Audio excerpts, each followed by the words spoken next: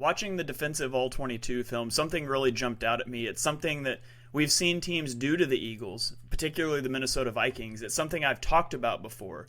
Simulated pressures out of double A-gap looks from linebackers. The Eagles ran this 3 times in this game, and it's a wrinkle that I hadn't seen from them a lot in the past. So let's take a look. This should be a look that you're familiar with because we saw this a lot in the Vikings game, except the Eagles weren't the team using it. It's this double A-gap look where we've got a linebacker mugged up in each A-gap.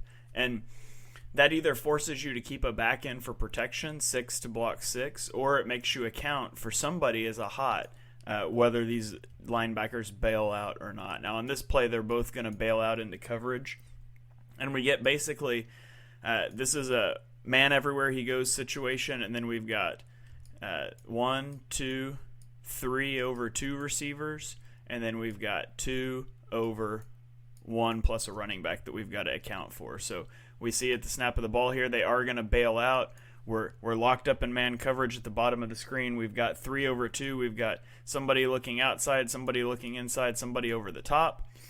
Here, Darius Slay is going to pass off this receiver because there is still a running back and he's coming out into the flat. We've got to be aware of that, but I'm not sure what Edmonds is looking at here. He's going to start to run this way, and I have no idea why he does that. It leaves the receiver wide open. Really poor play by the safety here. Not sure what he was expecting. Not sure what he thinks he's covering there, but a big gain there for Washington. Now this time the Eagles show this look again, but this time everybody's coming. This is a 0 blitz, and so we've got 3 receivers, 3 guys in man coverage. We're locked up in man coverage here. This safety has the running back if he goes out on a route, or he can step into the middle of the field and rob any quick in-breaking routes. And so at the snap of the ball, you're going to see both linebackers go. We get Reed Blankenship sort of steps down.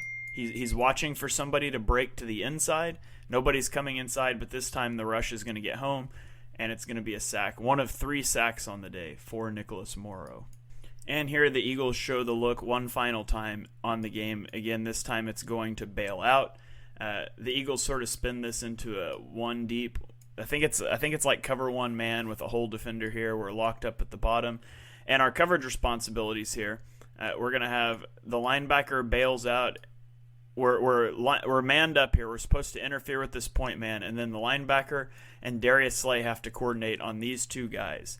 Slay has the first guy out or deep. Morrow has the first guy in or shallow. And so you see the snap here. He's going to fire off the ball.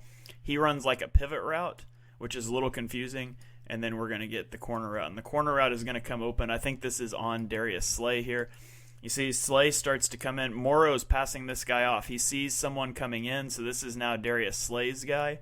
But Slay is a little slow to react, and it's going to give space here for a wide open throw. Nobody in the same zip code there. So I like this look from the Eagles defense, but unfortunately the Eagles still really struggle to handle bunch sets. And you saw that here. So on this last play, giving up the big gain out of bunch. But I like it as a look. The Eagles ran it 3 times. Nicholas Morrow came out with 1 sack. It's something I would like to see the Eagles threaten more and more, especially once Nakobe Dean comes back, and you can use Nakobe Dean as a potential blitzer as well.